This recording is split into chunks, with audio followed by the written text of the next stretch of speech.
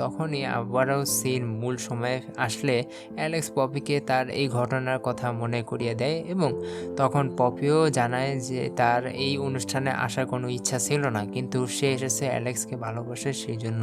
তখন আবারও তারা এখানে একসাথে ছলাছলি করতে থাকে, যেহেতু এটা রোমান্টিক টাইম তাই যাই হোক তারা আবারও আরেকটা বিয়েতে যায়, সেখানে অ্যালেক্স পপিকে বলে তাদের এই সম্পর্কে আসলে ঠিক হচ্ছে কিনা সেটা বিশ্বাস করতে পারতেছিল না।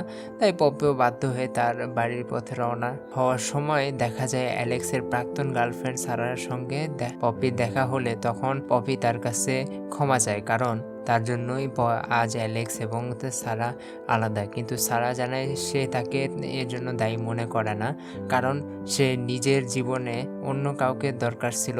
তাই পপিও বাড়িতে এসে তার অফিস থেকে রিজাইন নিয়ে নেয় এবং তখন তার বস তাকে বলে তার বিশ্বাসই হচ্ছে না যে এটা তার রিজাইন লেটার, কারণ সে শুধু পপিকে একজন স্টাফ হিসেবে মানত না, বরং সে তার একজন ফ্যান।